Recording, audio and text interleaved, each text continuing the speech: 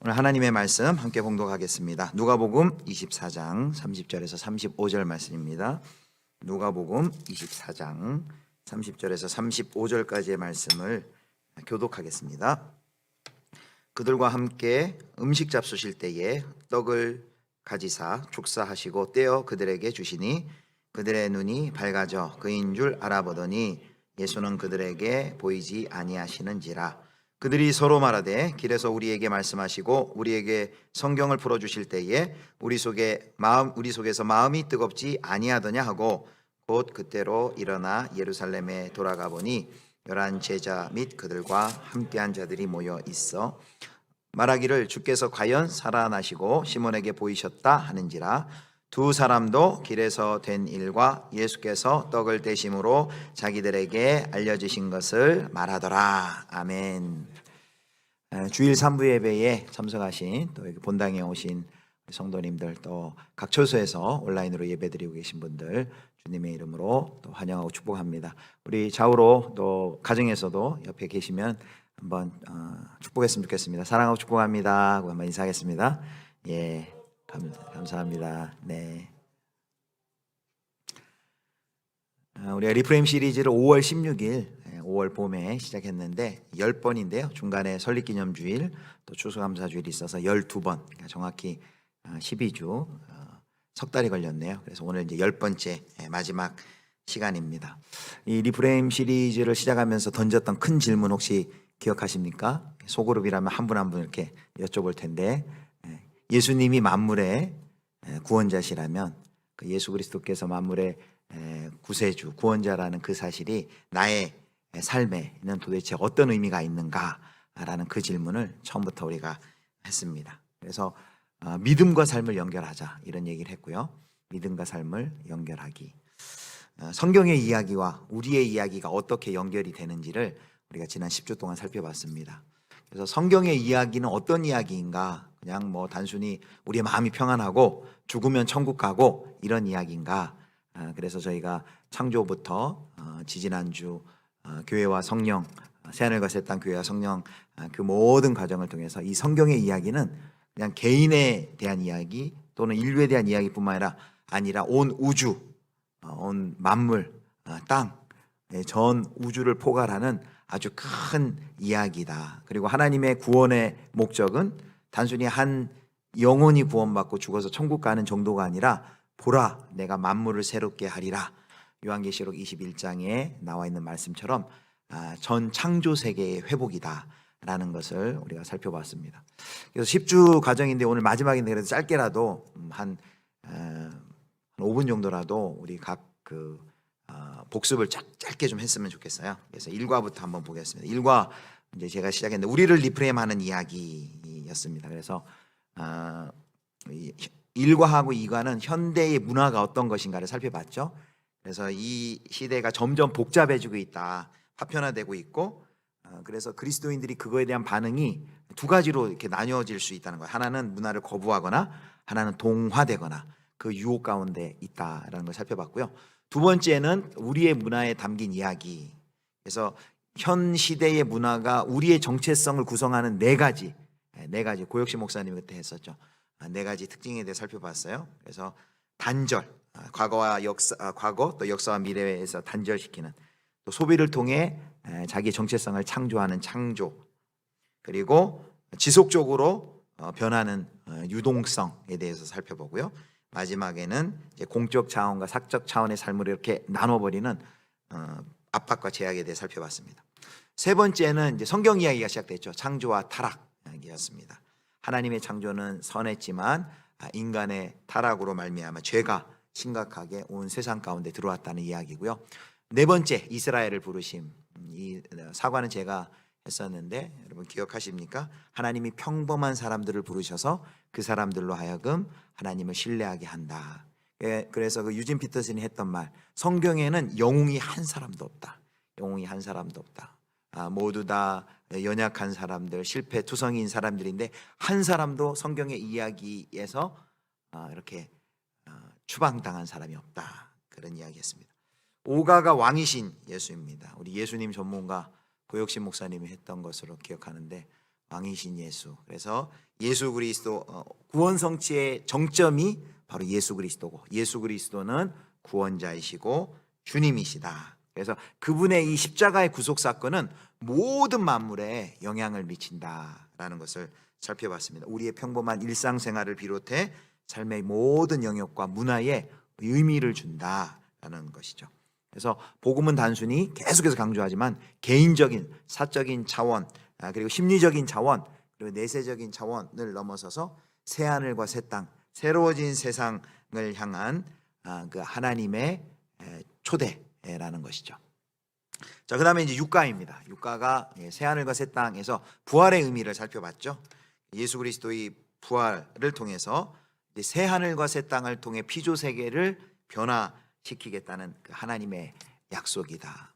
그래서 그 영상을 본 분이 있으면은 알겠지만, 이 우리가 생각하는 천국은 우리가 죽으면 어디로, 뭔가 우주 어디로 뛰어가는 것처럼 이렇게 올라가는 것처럼 생각하는데, 성경은 새 하늘과 새 땅이 우리 가운데로 이렇게 내려옵니다. 자, 그다음에 이제 7과 교회와 성령. 구경꾼에서 참여자로 이 성경의 이야기를 그동안 우리가 구경했다면 참여자로 만드시는 분이 누구냐? 바로 성령이시다. 그래서 성령 충만에 대해서도 저희가 살펴봤고요. 그다음에 8과 이방인과 나그네, 이방인과 나그네 살펴봤습니다. 정단열 목사님이 하셨죠. 이방인과 나그네. 그래서 우리가 이 땅에서 이방인과 나그네로 살아가는데 일과에서 살펴본 것처럼 문화에 동화되거나 그거로부터 후퇴되지 않도록 해야 되는데, 특별히 이방인과 나그네로 살면서 우리는 이 땅에서 하나님의 대사다. 그리고 교회는 하나님의 대사관이다. 그리고 그 자세한 이야기를 이제 구가에서 하나님의 대사, 지난주에 우리가 살펴봤죠. 우리가 이 세상에서 하나님의 대사로 부름받아서 어떻게 대사직을 수행할 것인가를 살펴봤습니다. 그리고 이제 오늘 마지막이 십가가 기쁨이 충만한 삶입니다. 오늘 이야기 핵심은 제목에 다 들어있어요. 이것이죠. 믿음과 삶을 연결하고 성경의 이야기와 우리의 이야기가 연결되면, 그래서 그 성경의 이야기에 우리 제목처럼 리프레임, 재구성되고 새롭게 된 삶에는 하나님의 기쁨이 충만하다라는 것을 우리가 살펴보도록 하겠습니다. 오늘 이야기는 엠마오로 가는 두 제자 이야기입니다. 여러분 기억하실지 모르지만 일과 시작하면서도 이 엠마오로 가는 두 제자 이야기로 했는데요. 오늘 마칠 때도 이 이야기를 할 것입니다. 이 제자들의 모습에서 세 가지를 살펴볼 거예요. 첫 번째는 뭐냐면 예수 그리스도께서 우리를 찾아오신다는 것, 만남이란 주제고요. 두 번째는 그 예수 그리스도를 통해서 우리의 눈이 열려지고 우리의 세상과 삶과 우리의 인생을 바라보는 눈이 열려진다는 것이고요. 세 번째는 이제 반응, 바로 그러한 눈이 열려진 사람이 이제 사는 삶 가운데는 오늘 주제처럼 충만한 기쁨 그리고 풍성한 삶을 살 수 있다라는 이 세 가지 이야기입니다. 자, 그래서 오늘 10과 이제 첫 번째입니다. 예수님과의 만남, 마주함입니다. 엠마오 이야기를 통해서 우리가 처음 살펴볼 수 있는 것은 예수님께서 우리 가운데 찾아오신다는 거죠. 그런데 그 엠마오의 두 제자가 어떤 상황 가운데 있었습니까? 우리 읽지는 않았지만 17에 보니까 두 사람이 슬픈 빛을 띠고 머물러 섰더라 그랬습니다. 이 제자들이 굉장히 지금 혼란스러운 거예요. 자신이 그동안 믿었던 믿음과 지금 일어나고 있는 현실 간의 괴리 가운데 있습니다. 혼란스럽고 분열되고 매우 침통한 가운데 슬픈 표정을 지으며 예루살렘에서 엠마오로 내려가고 있던 그 제자를 예수님께서 찾아오십니다. 그런데 여기 보면 굉장히 이 두 제자가 예수님인 줄 모르고 예수님에게 했던 그 질문이 아주 재미있습니다. 뭐라고 얘기했냐면, 당신이 예루살렘에 체류하면서도 요즘 거기서 된 일을 혼자만 알지 못합니까? 예수님을 알지 못하면서 이렇게 책망하듯이 이렇게 얘기해요. 마치 이 말은 예수님의 어떤 시각을 교정시켜 보려는 듯한 그런 모습으로 보입니다. 반대여야죠. 예수님이 이들을 만나서 이들의 눈을 띄워 주시려고 찾아왔는데 지금 이들은 예수님이 누구신지 모르고 오히려 예수님의 시각을 지금 막 교정시키려고 하는 아주 아이러니한 모습이 나타나 있습니다. 그래서 성경의 이야기에 보면 성경의 이야기는 다 예수님이 찾아간 이야기예요. 사마리아 여인을 찾아가고 삭개오를 찾아가고 예수님이 다 이렇게 찾아간 이야기입니다.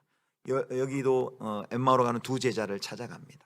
그리고 예수님을 찾아가고 예수님을 만난 사람들의 인생이 바뀝니다. 두 가지 변화의 역사가 나죠. 예수님의 누구신지를 깨닫게 되고, 그리고 예수님의 사랑, 내가 예수님의 사랑받는 하나님의 자녀라는 것을 깨닫게 됩니다. 우리 지난 주간에 정단일 목사님이 그 뮤지컬 이야기를 했는데 아주 재미있고 감동적으로 봤는데, 저는 오늘 트로트 얘기를 하나 하겠습니다. 트로트 얘기. 여러분 혹시 심수봉이란 가수를 아세요?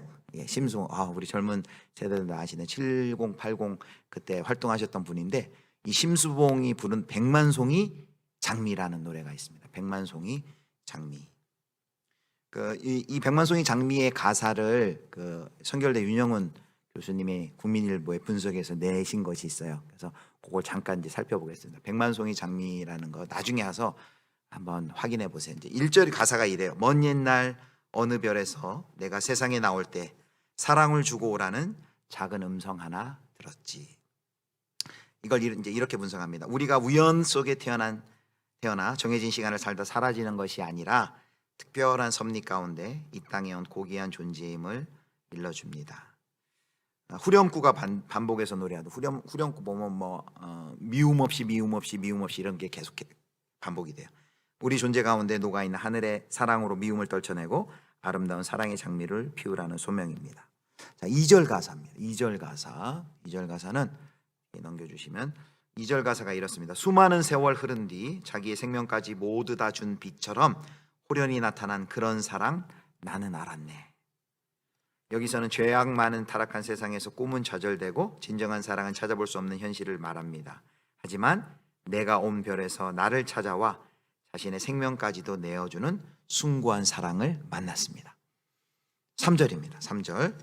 그대와 나 함께라면 더욱더 많은 꽃을 피우고 하나가 된 우리는 영원한 저별로 돌아가리라. 지난주 얘기도 별 이야기가 나왔는데 여기도 별 이야기가 나요. 진정한 사랑을 알게 된 사람은 자기 존재 안에 숨어있던 고귀한 성품을 드러내며 새로운 삶의 목적과 방향을 찾는 법입니다.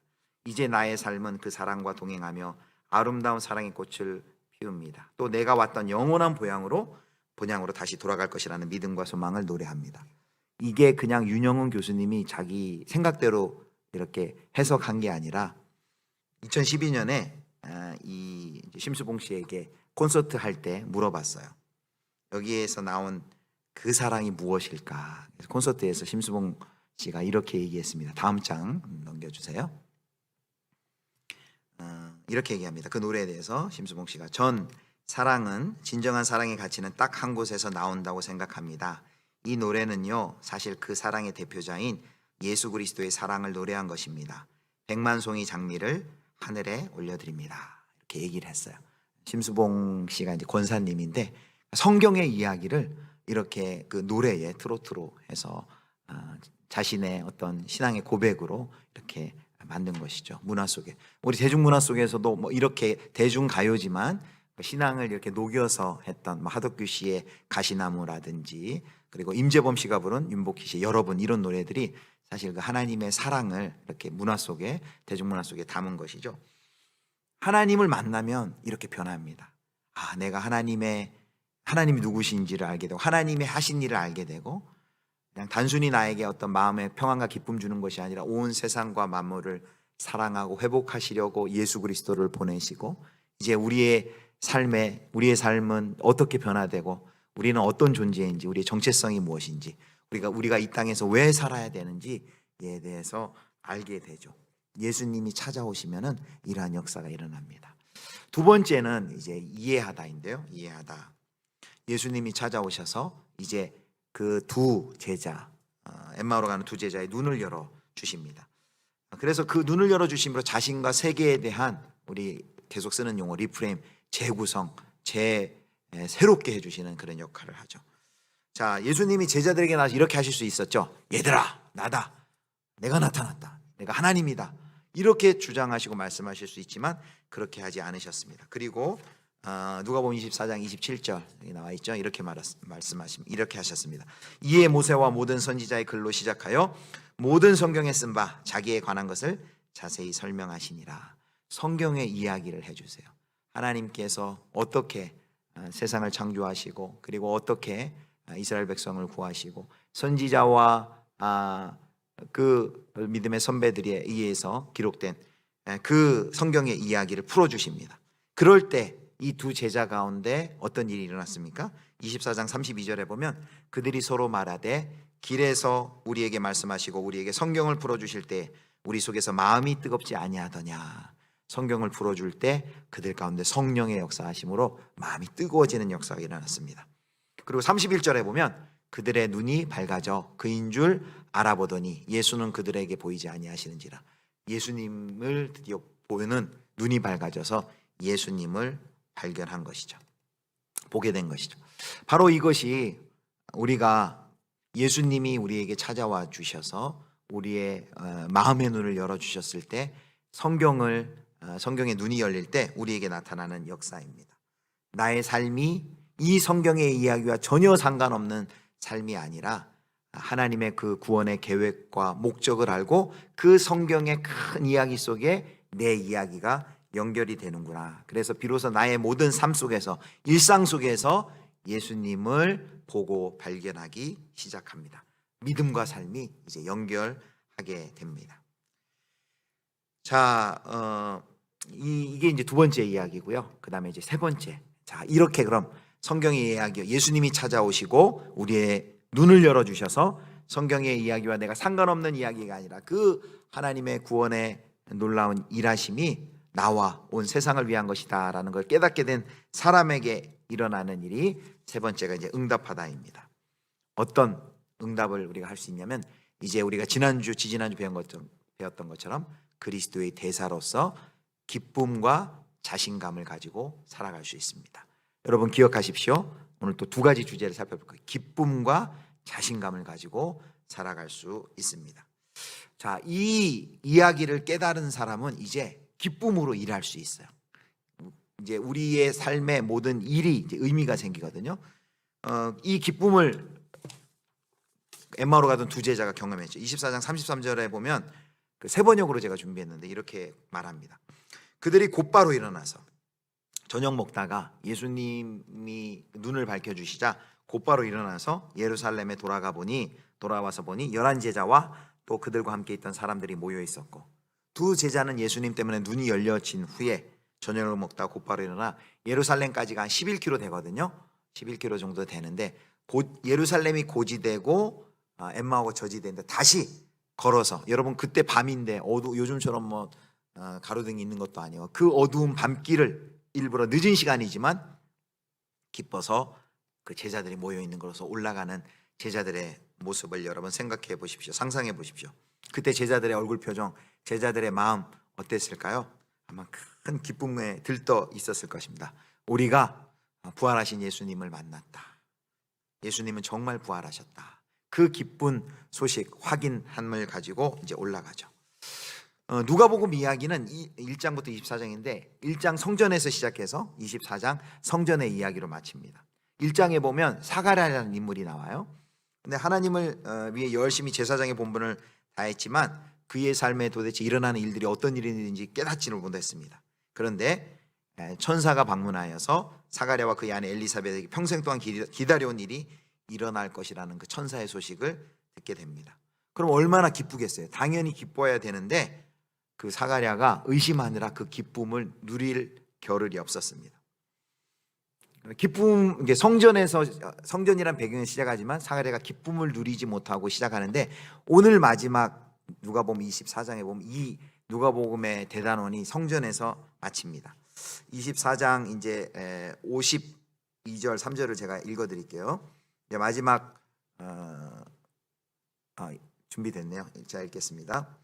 그들이 그에게 경배하고 큰 기쁨으로 예루살렘에 돌아가 늘 성전에서 하나님을 찬송하니라. 부활하신 예수님이 이제 승천하는 걸 보고 와서 제자들이 큰 기쁨으로 예루살렘에 돌아와 성전에서 하나님을 찬송하는 것으로 누가복음의 이야기가 마칩니다. 그러니까 누가복음의 이야기는 기뻐하지 못했던 그 제자가 기쁨으로 마치는 것으로 이렇게 구성이 되어 있습니다.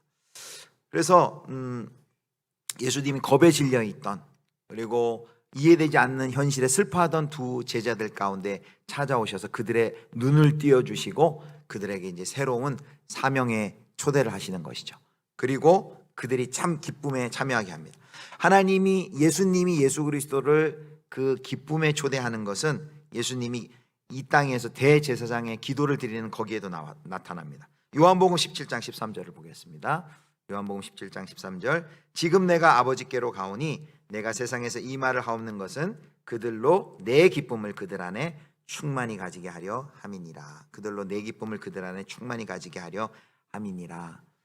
주변에서 무시무시한 대적들이 제자들을 공격하고 또 해치려 하는 그 가운데서도 예수님이 누리고 계신 그 동일한 기쁨을 제자들도 누릴 수 있게 해주십시오라고 예수님이 요한복음 17장에서 기도합니다. 그런데 그 기쁨은 잠깐 스쳐가는 기쁨, 돌발적인 기쁨이 아니라 어떤 기쁨이냐면 17장 13절에 보면 이렇게 말합니다. 내 기쁨을 그들 안에 충만히 가지게 해주십시오. 충만한 기쁨이다. 오늘 리프레임 식과의 제목처럼 충만한 기쁨을 경험할 수 있게 해주십시오라고 기도했습니다. 이것이 바로 예수님께서 우리 제자들에게 원하시는 거예요. 이제 눈이 열리고 예수님을 만나 눈이 열리고 하나님의 구원의 계획을 깨닫고 성경의 이야기와 우리의 이야기가 연결이 되고 믿음과 삶을 연결된 사람들이 이제 경험하면서 누려야 될 것은 바로 충만한 기쁨이다 라는 것입니다. 모든 만물 속에서 하나님의 일하심을 경험하고 하나님의 역사하심을 경험하는 자가 누릴 기쁨, 충만한 기쁨이라는 거죠. 그래서 여러분 이제 일상 속에서 우리가 이 기쁨을 막 우리가 열심히 일해야만 하나님이 우리를 기뻐해 주실 것 같고 막 그래서 억지로 일하는 것이 아니라 이제 그리고 또 뭐 내가 하는 일이 어떤 종교적인 일들에만 열심히 해야 하나님이 기뻐할 것 같은 그런 생각을 하셨다면 이제 시각을 바꿔서 이제 존 스토트가 우리에게 알려주는 두 가지 원리가 있습니다. 그게 뭐냐면 우리가 우리 일상에서 우리의 가정에서 직장과 일터에서 어떤 일을 할 때 어떤 자세와 태도로 할 것인가 라는 것을 할 때 두 가지 원리를 존 스토트가 이야기를 해줍니다. 첫 번째가 뭐냐면 죽게 하듯입니다. 여러분 한번 따라해 주시겠습니까? 죽게 하듯. 예, 죽게 하듯. 그리고 두 번째는 뭐냐면 주가 하듯. 예, 주가 하듯입니다. 이걸 꼭 기억하세요. 이제 앞으로 일할 때마다 죽게 하듯 주가 하듯. 자, 첫 번째 죽게 하듯입니다. 죽게 하듯은 관련 성경 구절이 근거가 골로새서 3장 23절이에요. 골삼이삼이라 부르는데 굉장히 그 직장 사역에서 중요한 구절입니다. 골삼이삼 이렇죠. 무슨 일을 하든지 마음을 다하여 죽게 하듯 하고 사람에게 하듯 하지 말라. 여기 죽게 하듯 여기서 나온 겁니다. 지금 이 명령을 하고 있는 사도 바울이 이 명령을 누구에게 하느냐면 노예들에게 하는 거예요. 그 당시 1세기 노예들. 그런데 여러분 노예들이 하는 일이 다 그냥 대단한 일이 아닙니다. 청소하고 빨래하고 뭐 음식 짓고 집 나르고 이런 아주 자질구레한 사소한 일, 별로 가치 없는 일인데 뭐라고 얘기합니까? 사도 바울이 무슨 일을 하든지 노예들 당신들이 하는 그 일들도 죽게 하듯 하십시오라고 말을 합니다. 죽게 하듯. 그 말은 뭐냐면 내가 하는 그 일을 예수님이 나에게 와서 내가 하고 있는 그 일의 대상이 마치 예수님인 것처럼 우리가 그 일을 해야 된다는 것입니다. 쉬운 예를 들면 거죠. 만약에 중국집 음식점을 하는 분이라면 이제 그 음식을 어떻게 만들라는 거예요? 내가 만든 이 음식, 이 짜장면, 이 짬뽕을 오늘 오시는 저분이 예수님이 예수님이 오늘 점심에 우리 집에 와서 짜장면 짬뽕을 드신다라고 생각을 한다면 설렁탕을 드신다라고 생각한다면 죽게 하듯 그 설렁탕을 대접한다면 예수님이 오늘 우리 식당에 와서 점심 식사를 하신다면 어떤 태도로 여러분 그 설렁탕 만들겠습니까? 색깔 내려고 막 풀이만 막 집어넣고 그렇게 하겠습니까? 아니죠. 정성껏 청결하게 깨끗하게 맛있게 만들겠죠. 만약에 자동차를 고치는 엔지니어라면 그 자신의 가게에 찾아오는 분이 차가 고장나서 고치러 온 그분이 예수님이라고 생각하면 그분의 차를 어떤 태도와 마음으로 고치겠습니까? 아마 대충 좋은 제품도 아닌데 막 중고 사다가 정품이라고 속여가지고 대충 나사도 탁 조여야 되는데 조이지 않고 해서 사고 나게 할까요? 성실하게 최선을 다해서 하겠죠. 앞으로 우리가 하는 모든 일들 이렇게 하라는 거예요. 죽게 하듯 내가 만나는 고객, 내가 만나는 사람들 그 일들의 대상에 있어서 그분이 예수님인 것처럼 예수님을 대하듯 그분이 예수님이라면 나는 어떠한 태도로 할까? 이 질문을 통해서 일을 하라라는 것입니다. 이게 첫 번째 죽게 하듯이에요. 자, 두 번째는 주가 하듯입니다. 주가 하듯의 근거 구절은 골로새 3장 17절입니다. 여러분 글씨가 보이십니까? 한번 같이 읽겠습니다. 시작. 또 무엇을 하든지 말에나 일에나 다 주 예수의 이름으로 하고 그를 힘입어 하나님 아버지께 감사하라. 예, 여기 주가 하듯이라는 그 단어가 나오진 않지만 그 뜻이 그렇습니다. 무엇을 하든지 말에나 일에나 주 예수의 이름으로 한다. 주 예수의 이름으로 한다는 것이 바로 주가 하듯 한다는 것입니다. 여기 만약 그분이 계셨다면 하셨을 만한 일을 내가 한다라는 것이에요. 그래서 이 주가 하듯 한다는 것은 예를 들면 이런 거죠. 뭐 만약에 내가 예수님이라면 이 일을 어떻게 했을까? 실제로 서구에서 미국과 캐나다에서 예전에 그 기독교 세계관 운동이 한참 있을 때 이런 영어를 캠페인으로 해가지고 뭐 스티커에도 찍어 다니고 붙여놨어요. 뭐냐면 WWJD라고 해가지고 이거예요. What would Jesus do? 예수님이라면 어떻게 하셨을까? 이 질문을 계속했던 거예요. 자신이 하는 그 일들 가운데, 자신의 하는 그 일상에서의 가정에서의 일, 직장에서의 일, 또 학생이라면 공부, 그 모든 일들을 할 때 예수님이라면 어떻게 하셨을까라고 한 번 더 질문을 하고 다시 한번 그 짧은 질문이지만 그 질문을 통해서 성경적인 가치관을 확립을 했던 것이죠. 여러분 예수님이라면 어떻게 했을까라는 이 질문을 한다면은 많이 달라질 것입니다. 여러분 예수님이라면 식당에 방문했을 때 막 주문할 때 막 함부로 종업원들 대하고 그러셨을까요? 예수님이라면 우리 아파트에 있는 일하시는 그 경비분들 또 택배 나르는 분들 어떻게 대했을까요? 예수님이라면 우리 이 사회 속에 고아와 가부와 나그네들 볼 때 어떤 마음으로 대했을까요? 그래서 이 두 가지 질문, 첫 번째는 주가 하듯, 죽게 하듯, 만약 그 사람이 예수님이라면 내가 어떻게 대할까? 두 번째는 주가 하듯, 우리가 만약에 예수님이라면 어떻게 할까? 이 두 가지를 한다는 것이, 두 가지를 질문하고 이 두 가지를 실천을 해나간다는 거죠. 여러분 그러면 우리 일상이 많이 변화되게 될 것입니다.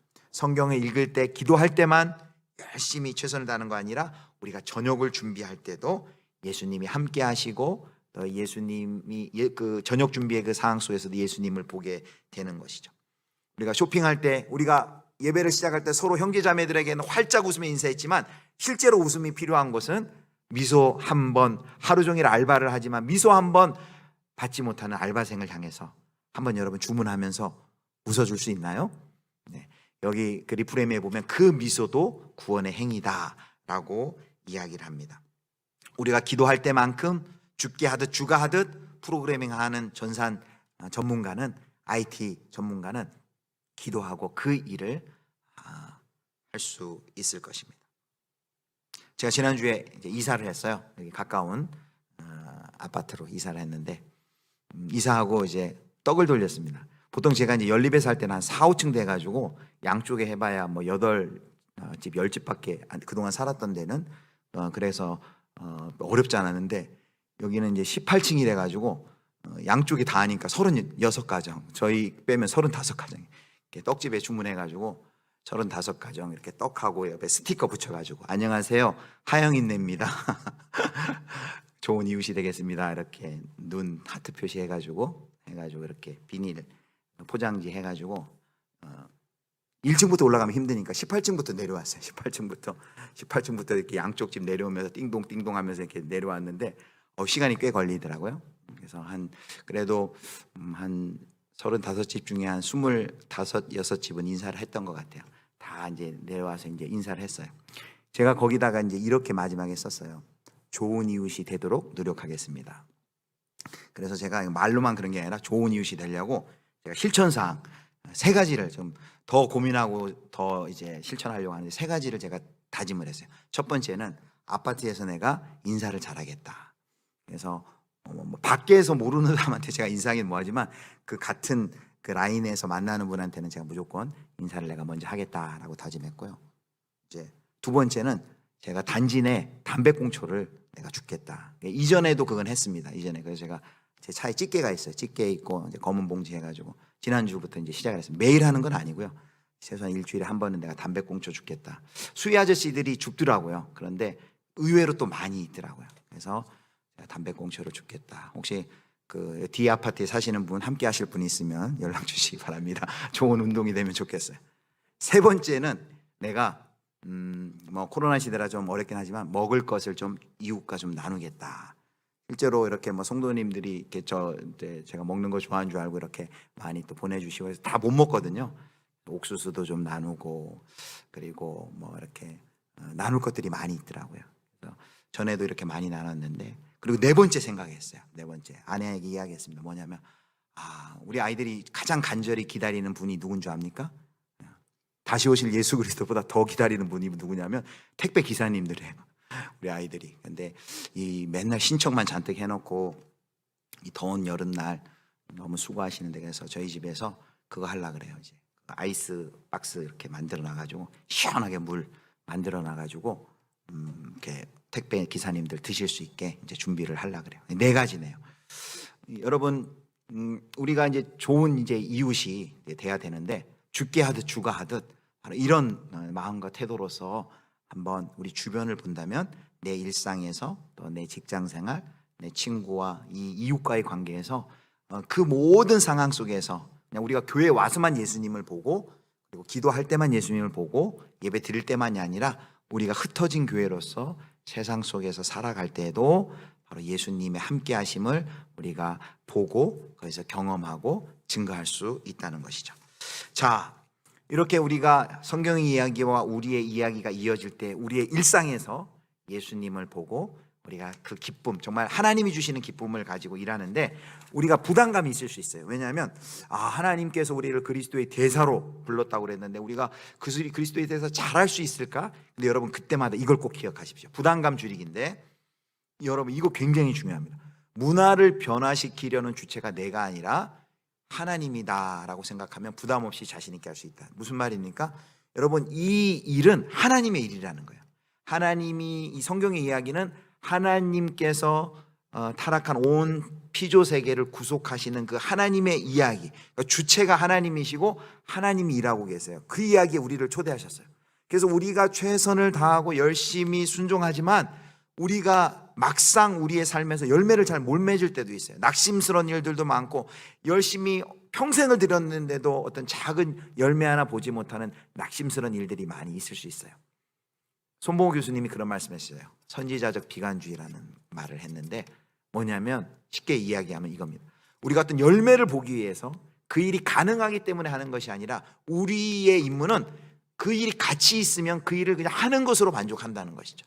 열매는 내 후대에도 거둘 수 있고 하나님이 결과는 책임지시는 거니까 나는 최선을 다해서 순종하고 충성하면 된다라는 것입니다. 여러분, 그래서 우리가 그리스도의 대사로서 이제 이 리프레임을 배운 사람들은 이제 일상이, 그리고 우리의 삶 전체가 우리가 선교사가 되고 그리스도의 대사가 되는 삶을 살아야 되는데, 그렇게 우리가 살아갈 수 있을까라는 고민과 염려가 있다면 이 일의 주관자, 그리고 이 일을 이끄시는 분은 하나님이시다라는 그 사실을 꼭 기억하시라는 거죠.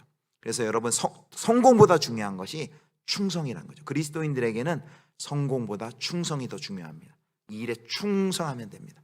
잘하였도다 착하고 성공한 종아? 아니죠. 잘하였도다 착하고 충성된 종아.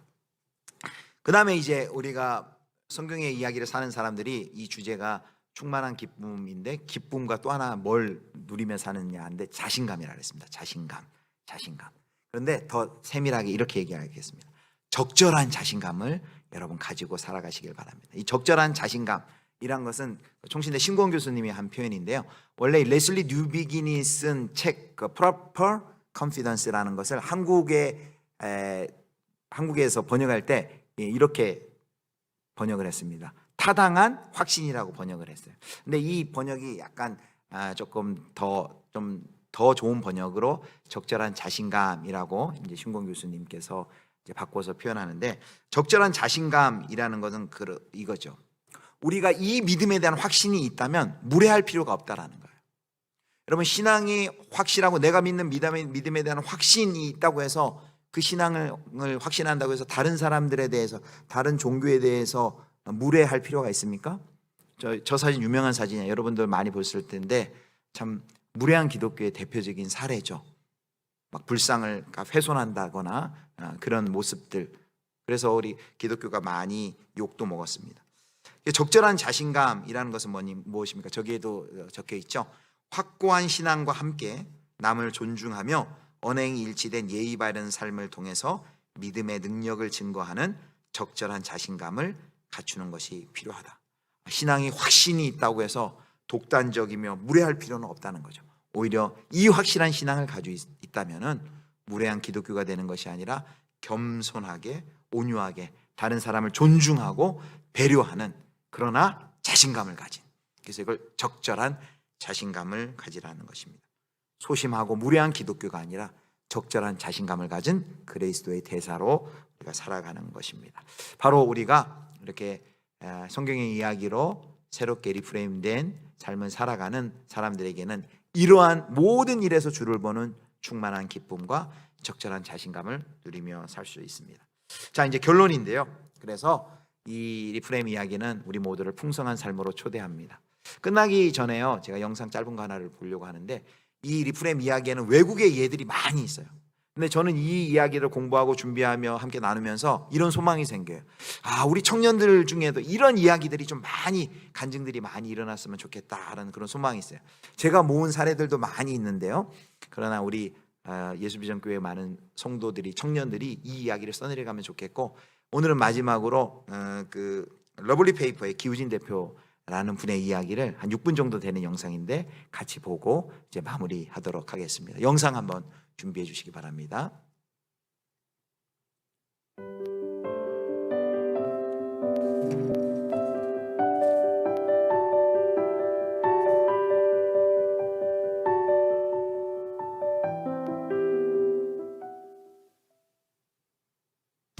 러블리 페이퍼의 궁극적인 목적이라고 할까요? 멋있게 망하는 건데요. 가격을 10배 높게 사죠. 쓰레기가 예술 작품이 된다면 괜찮지 않나요?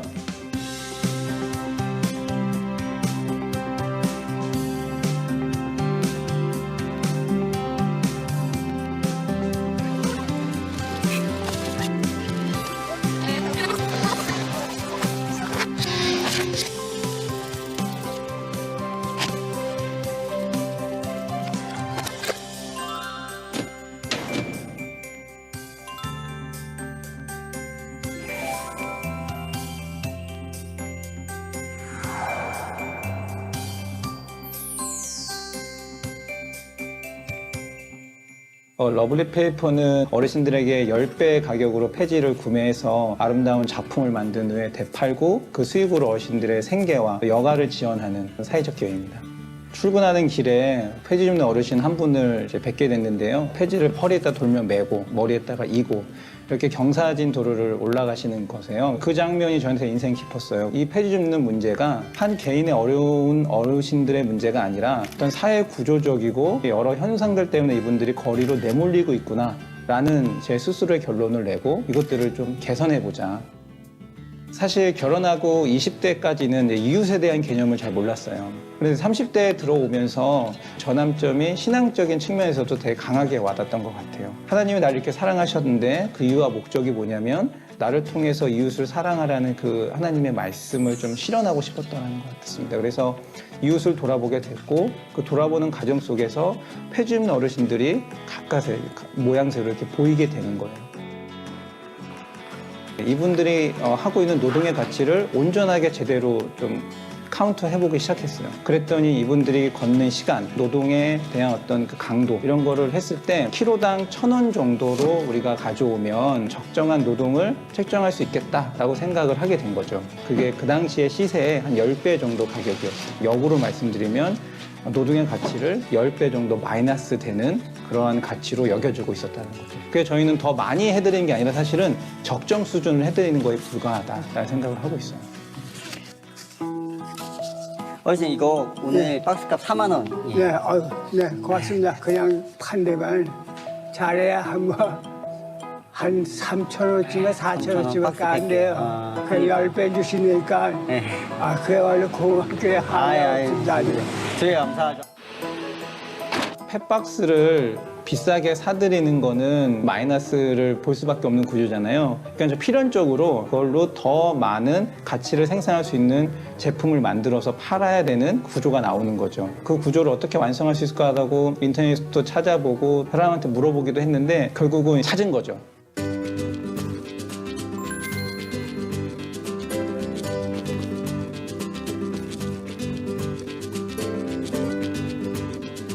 그 어르신들한테 펫박스를 10배 정도 더 높게 사올 수 있을 텐데 나아가서는 그 수익으로 어르신들을 더 도울 수 있을 텐데 캔버스를 만든 것 자체가 좀 난항을 많이 겪었는데요. 전혀 뭐 이런 데 아는 지식도 없고 문외한이라서 시도를 하고 많이 실패도 하고 그러다가 결국은 저희 러블리 페이퍼만의 펫박스를 활용한 페이퍼 캔버스를 제작할 수 있게 됩니다. 두 번째 과제 작가를 이제 만나는 거였는데 사실은 그건 더 어려웠어요. 우리가 이러한 것들을 이야기했을 때 자신의 재능을 기부해 주실까? 제 성격이 좀 그런 거거든요. 일단 뭐 해보자. 일단 해보자 이런 거거든요. 그래서 일단 올려보자 하고 SNS에 올렸더니 생각지도 못하게 이제 반응을 해주셨어요. 그래서 4시간 만에 150분이 참여 신청을 해주셔서 그분들과 같이 이렇게 프로젝트로 처음에는 작품 활동을 했죠.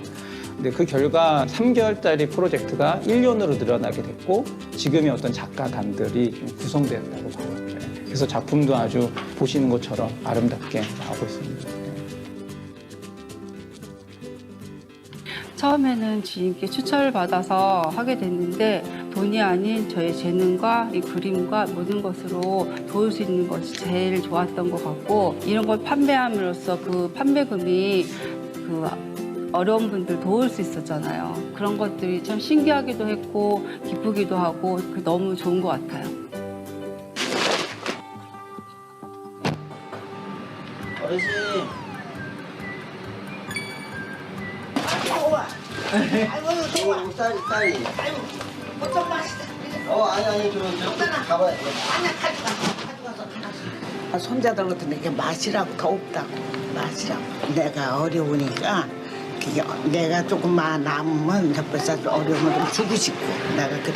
그래서 저렇게 쌀도 어떤 할매가 또 쌀이 떨어졌다 그래서 내가 한 보대 이렇게 줄 떡도 있어. 나도 이렇게 누가 배려해주니까 할머니께 내가 배려할게. 이렇게 서로 이렇게 돕고 사는 게 좋은 거예요. 그래서 이 선생님들이 이렇게 오셔서 이런 거라도 해주시니까 너무 감사하다고 항상 그렇게 생각해요. 사실 러블리 페이퍼의 어떤 궁극적인 이제 목적이라고 할까요? 그거는 멋있게 망하는 건데요. 왜 망해야 되냐면 저희가 갖고 있는 소셜 미션인 즉 폐주민 어르신들이 이 세상에서 없어지는 것인데 그렇다면 저희의 어떤 존재 목적이 더 이상 사라지는 거죠. 망한다는 것 자체가 멋있진 않은 행위죠. 그런데 저희가 신앙적으로 보면 멋있게 이제 사라진 망한 사회가 있어요. 바로 예수 그리스도죠. 십자가에 달리셔가지고서는 죽으셨지만 다시 부활하시고 세상을 구원하신 그런 삶처럼 러블리 페이퍼도 멋있게 망해서 이 세상에 폐지 줍는 어르신들은 사라지게 하면서 다시 이 세상을 살린 그러한 좀 궁극적인 큰 꿈을 갖고 있어요. 러블리 페이퍼가 사라지는 그날 폐지 줍는 어르신들 함께 사라지고 더불어 세상은 살 것이다 하는 게 저희의 어떤 소망입니다. 네.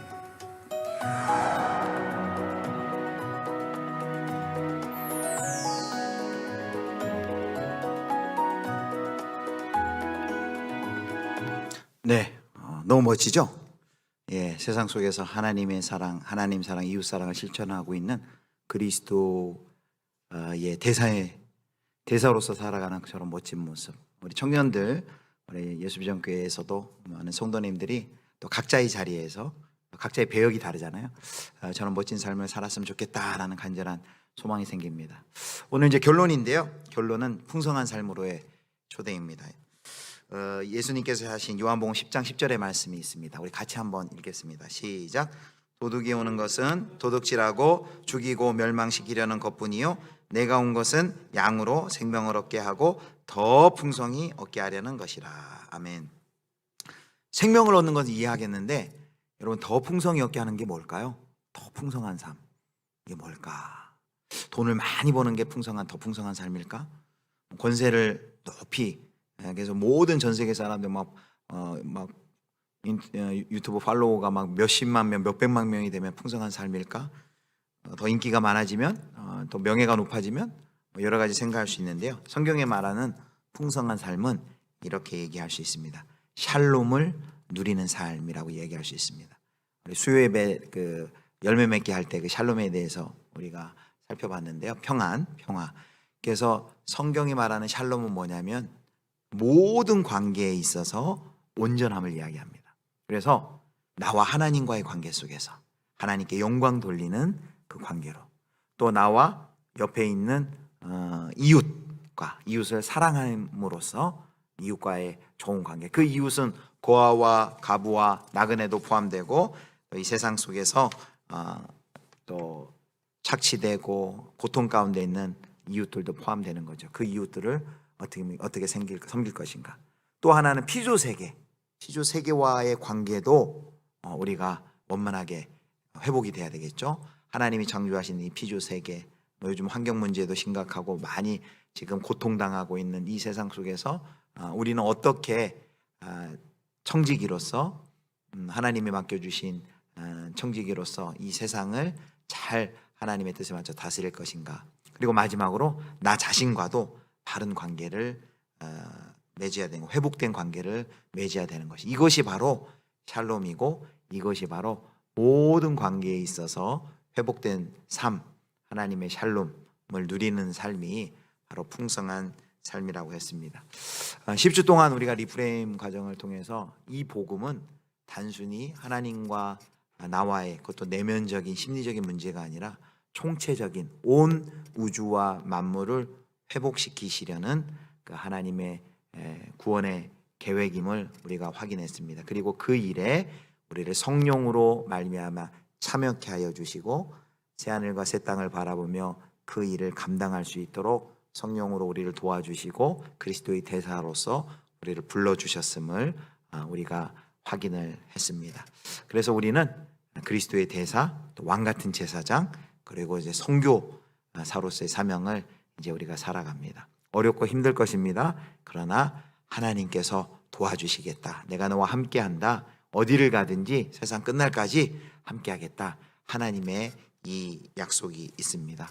우리 사랑하는 우리 예수병교회 모든 성도님들, 청년 여러분, 이 놀라운 복음, 하나님 나라의 놀라운 복음, 또 총체적인 이 복음을 깨닫고 또 눈이 열리시고, 그래서 우리 삶 속에서 이 삶을 기쁘게 그리고 적절한 자신감을 가지고 살아가실 수 있는 여러분들 되실 수 있기를 주님의 이름으로 축복합니다.